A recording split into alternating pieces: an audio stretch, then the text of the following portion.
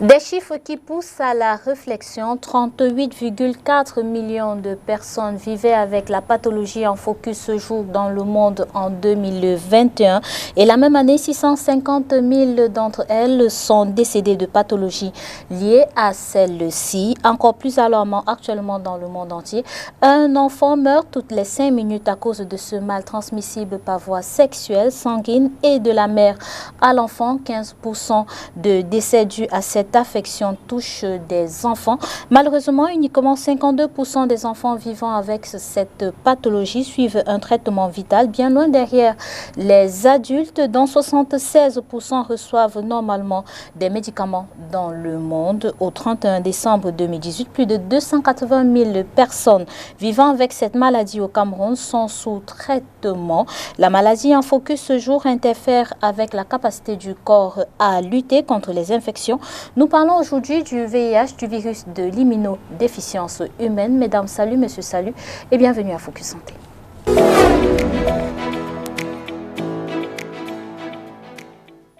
Une fois de plus, salut et bienvenue à Focus Santé. Focus Santé, c'est votre magazine de santé qui se propose de vous faire comprendre des pathologies et aussi des souffrances qu'elle occasionne dans la vie des proches des malades. Aujourd'hui, nous parlons du VIH et pour mieux comprendre ce mal, nous recevons le docteur Eunice Kamto. Salut docteur et bienvenue à Focus Santé.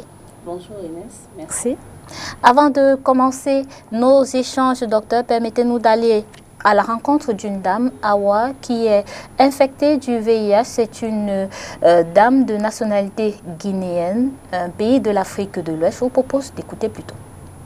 Je me nomme Awa Koulié, je suis de nationalité guinéenne, président du réseau guinéen des associations des personnes infectées et affectées en Guinée-Conakry. Les présentations faites, revenons à l'histoire d'Awa avec le virus de l'immunodéficience humaine, le VIH. Tout commence avant 2005, lorsqu'elle présente des signes qui s'apparentent pour ses proches à un empoisonnement mystique. Je suis tombé malade, des palus et puis les boutons sur le corps, donc on disait que vraiment c'était un mauvais sort qu'on avait lancé sur moi. On est allé dans les villages, aller chercher les antipoisons, on a traité tout ça là, vraiment ça n'allait pas. À l'état très fatigué maintenant, donc les médecins a pu signaler à maman qu'est-ce que vous ne pouvez pas l'envoyer à Guéguédou pour que vraiment on puisse aller voir son état. C'est ainsi nous sommes allés là-bas et puis les médecins ont fait le test était positif. On m'a mis sur traitement là-bas. Donc de 2005 là jusqu'à nos jours, je suis sur traitement. Le diagnostic connu, le séjour à l'hôpital se fait dans l'indifférence et la mise à l'écart des membres de sa famille. Mon entourage, vraiment, ils m'ont stigmatisé. Ils ont laissé moi, c'est la maman. C'est ma maman seule qui supportait le fardeau qui était sur moi. C'est elle seule qui a pu m'accompagner de Guéguédou jusqu'à ce que je me suis établi. Une période de suivi médical difficile pour sa mère et elle, particulièrement au moment où la jeune élève à cette époque doit passer les épreuves écrites du baccalauréat guinéen. À ce moment, je devais passer le bac. Quand je devais aller à l'école, mon PV de bac était venu. Je me demandais comment j'allais faire le bac. Le matin, maman prenait un pain bleu parce que là-bas, la tenue de chez nous, c'est bleu-blanc. Elle prend un pain bleu, elle attache la corde là-dessus et puis elle met ses mises là-dessus. Je vais à l'école. Arrivé dans la salle d'examen, j'avais même les difficultés d'écrire parce que j'étais trop affaibli. Il y avait une camarade qui était derrière moi, elle portait aussi le même nom, Hawa. Des fois, maintenant, quand les sujets étaient là, elle s'efforce, elle traite pour moi, et puis elle dépose ça devant moi.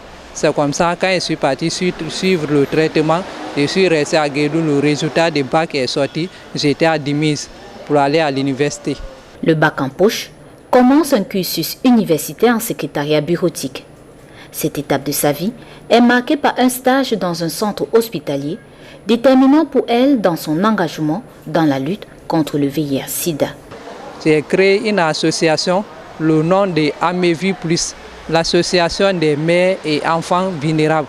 Parce que pourquoi ça aussi j'ai créé, au moment où j'étais à l'université, j'ai parti faire mon stage dans un centre de santé.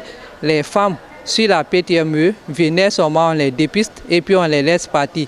sans qu'elles aient le courage de partager leurs résultats à leur mari.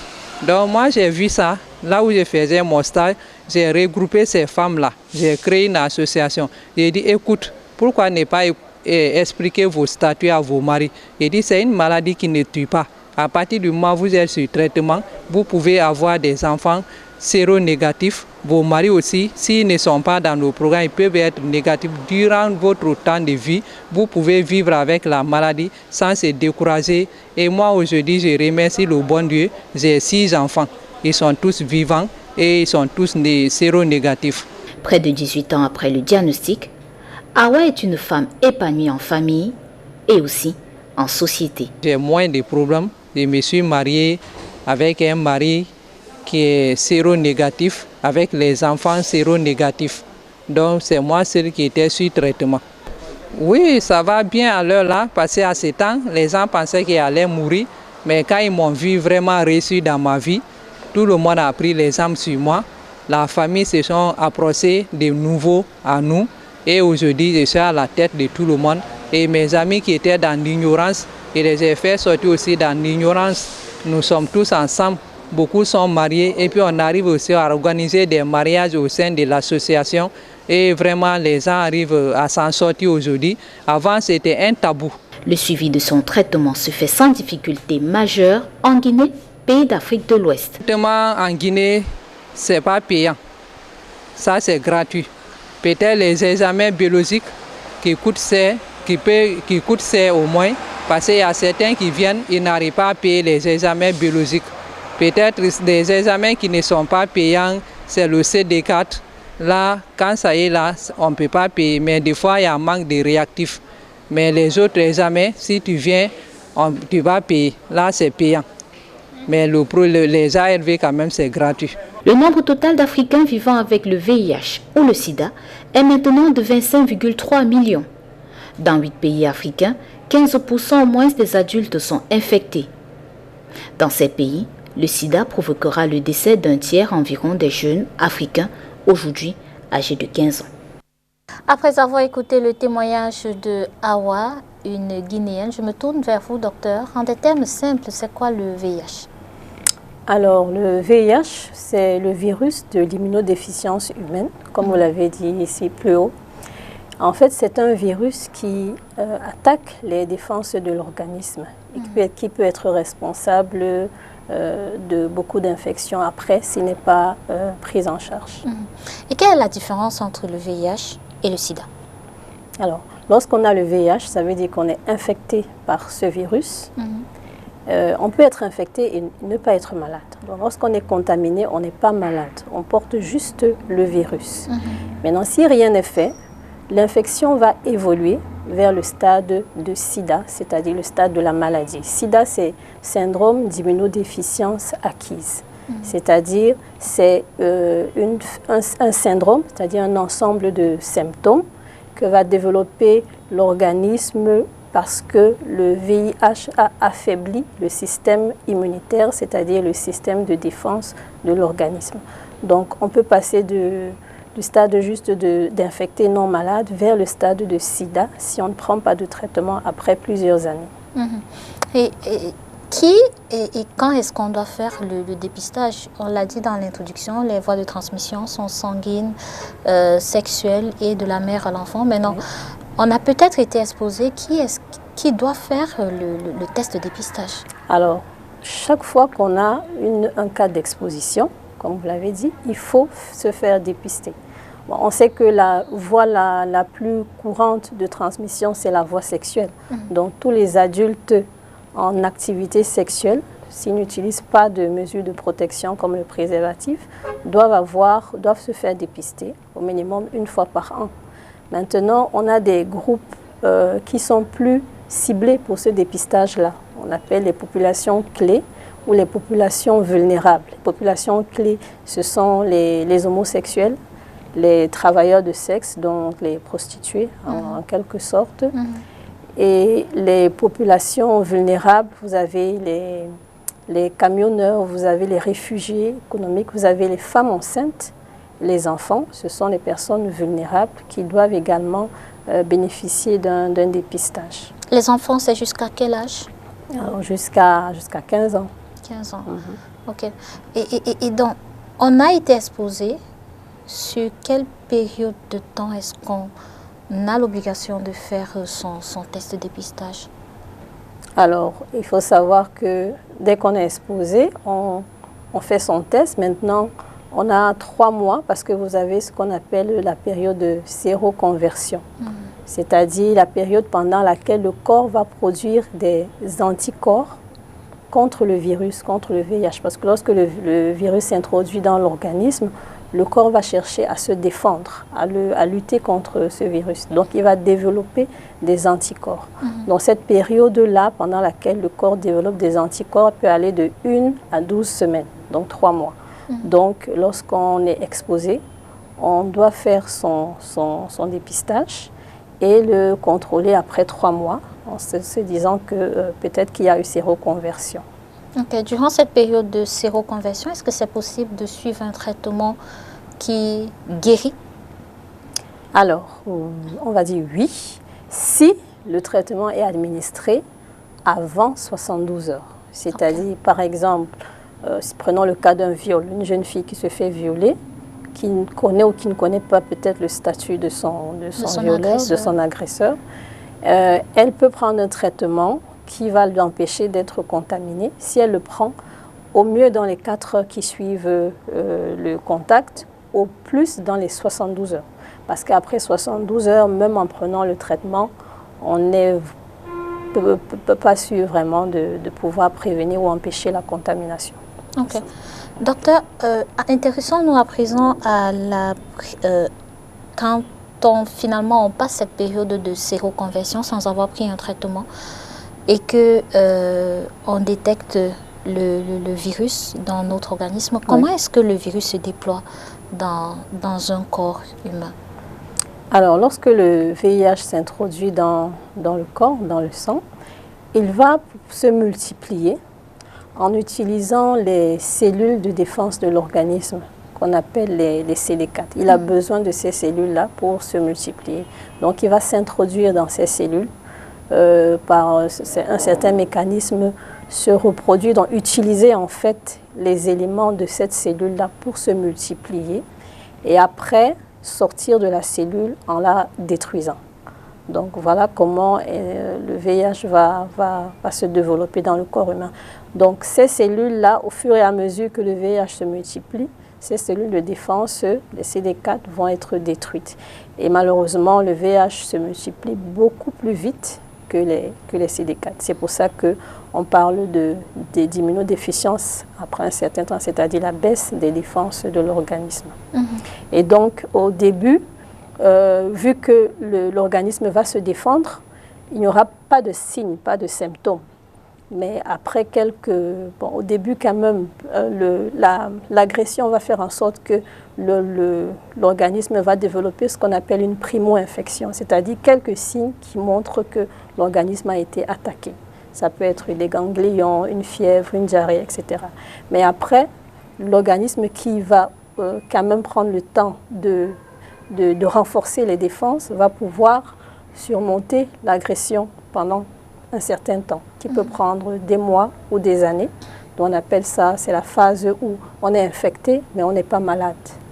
Mais au fur et à mesure que le VIH va se développer et va détruire les cellules de défense, le corps va perdre justement sa force et commencer à développer des signes, des symptômes de la maladie et au final des infections opportunistes, c'est-à-dire des infections qui ne viendraient pas pour un corps qui se défend normalement.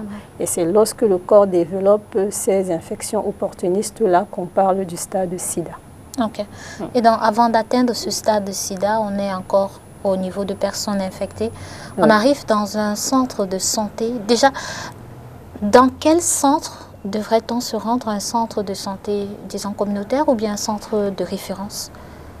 Alors, le ministère de la Santé a pris des mesures pour que la prise en charge du VIH soit vraiment décentralisée. C'est-à-dire, dans pratiquement tous les hôpitaux publics, on peut être pris en charge.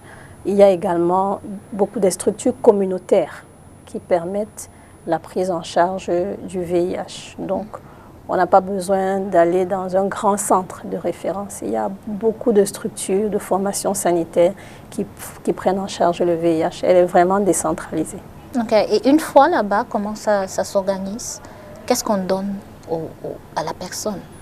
Alors, d'abord, lorsque le dépistage a été fait, il faut dire qu'avant de dépister, on n'accueille pas une personne et puis on la dépiste directement. Non, il y a d'abord ce qu'on appelle le counseling, c'est-à-dire des conseils qui sont donnés avant le dépistage.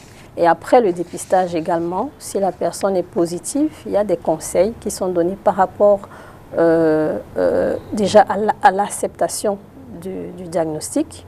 Donc, une fois que le diagnostic est clair, il est posé, on va d'abord échanger avec la personne sur l'importance d'accepter son état, son statut, et l'importance également de se faire prendre en charge, de se faire traiter le plus tôt possible, parce qu'on n'attend pas d'être malade avant de se faire traiter.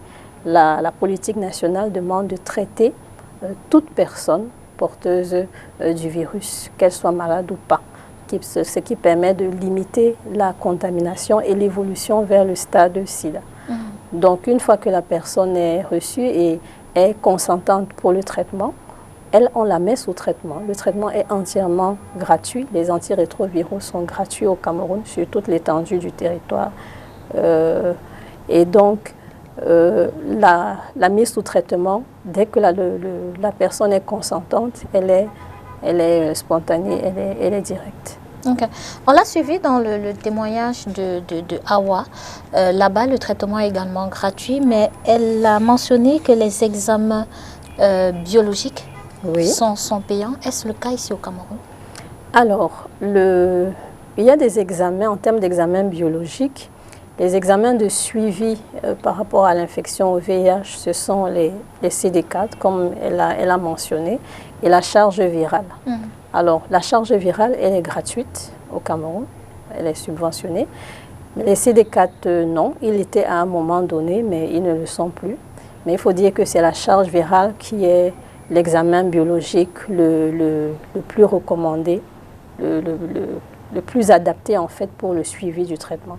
Maintenant, en dehors de ces examens, il faut savoir que il est important également de faire certains autres examens pour se rassurer de la tolérance du médicament.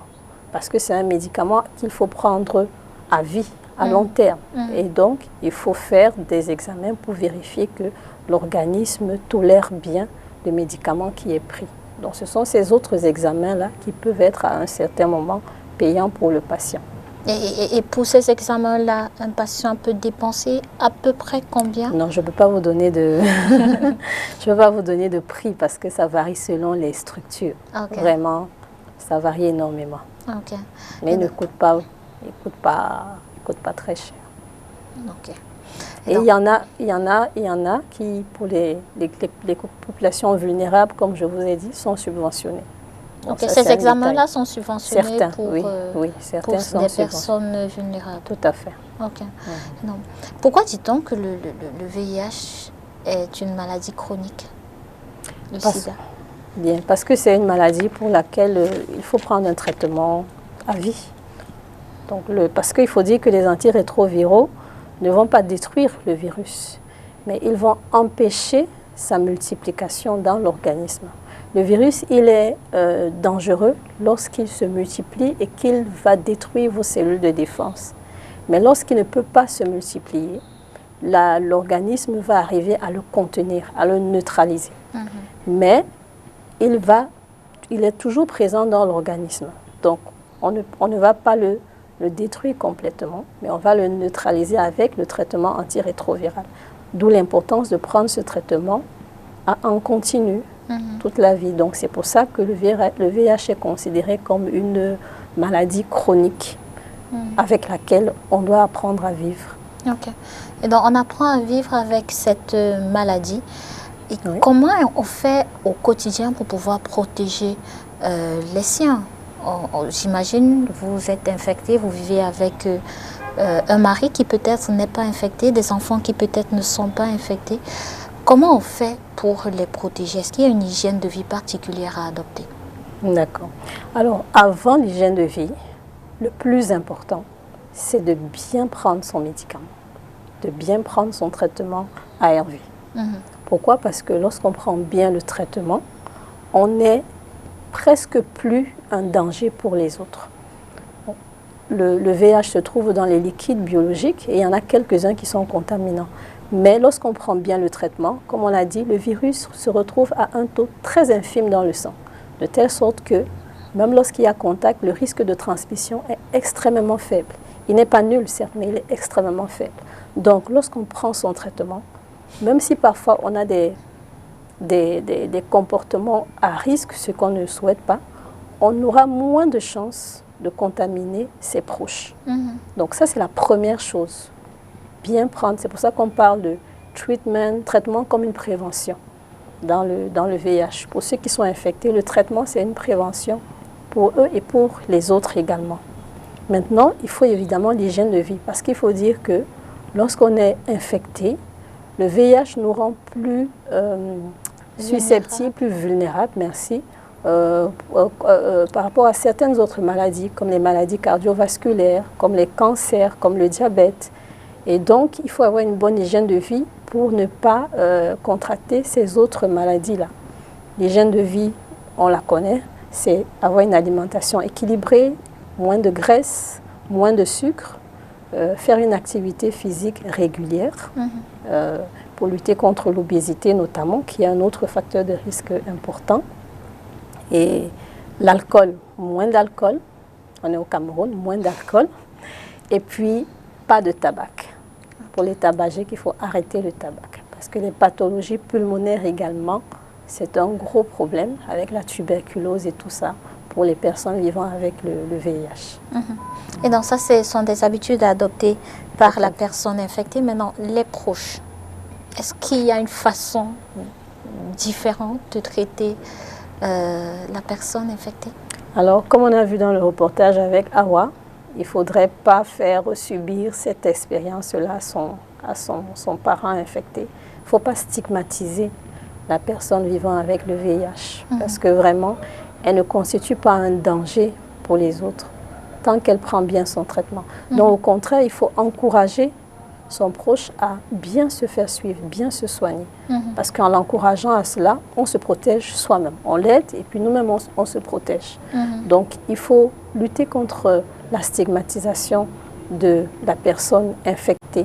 Il ne faut plus voir le VIH comme une maladie de la honte, comme certains le pensent encore. Ce n'est pas une maladie de la honte.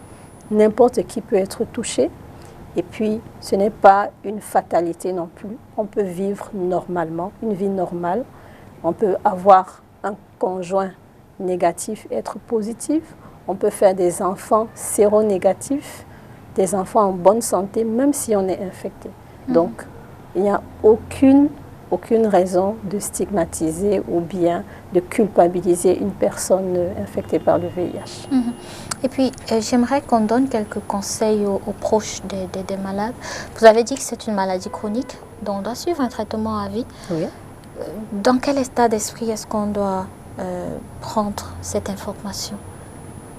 Et même peut-être commencer par le malade qui apprend qu'il doit suivre un traitement toute sa vie. Mais déjà savoir que ce n'est pas la fin du monde. Parce qu'il y a beaucoup de gens qui sont obligés de suivre un traitement toute leur vie. Les personnes hypertendues, les personnes diabétiques, les personnes épileptiques même. Il y a beaucoup de maladies chroniques et pourtant beaucoup de gens vivent avec. C'est vrai, au début c'est difficile parce que avec le VIH, il n'y a pas que le poids du traitement, il y a aussi le poids de l'aspect social, l'entourage, c'est vrai. Mais il faut savoir que la stigmatisation, souvent, ça commence par l'individu lui-même. Donc, il ne faut pas déjà se stigmatiser soi-même si on veut que les autres ne le fassent pas envers nous. Donc, il faut déjà s'accepter, savoir que c'est une maladie comme une autre et avec laquelle, surtout, on peut avoir une bonne qualité de vie. Le traitement, aujourd'hui, on est à 40 ans déjà de découverte du VIH. la science a beaucoup évolué, les traitements ont beaucoup évolué et ont été vraiment simplifiés. La prise en charge a été simplifiée et facilitée. Donc, il faut se dire qu'on peut vivre avec sans souci. C'est vrai qu'on aura la contrainte du suivi régulier, du traitement, mais on peut vivre avec et être parfaitement quelqu'un de normal. Et épanoui. Et épanoui. Voilà. Et maintenant, on s'adresse aux proches. Comment est-ce qu'on reçoit la nouvelle? Comment est-ce qu'on s'adapte à cette nouvelle étape?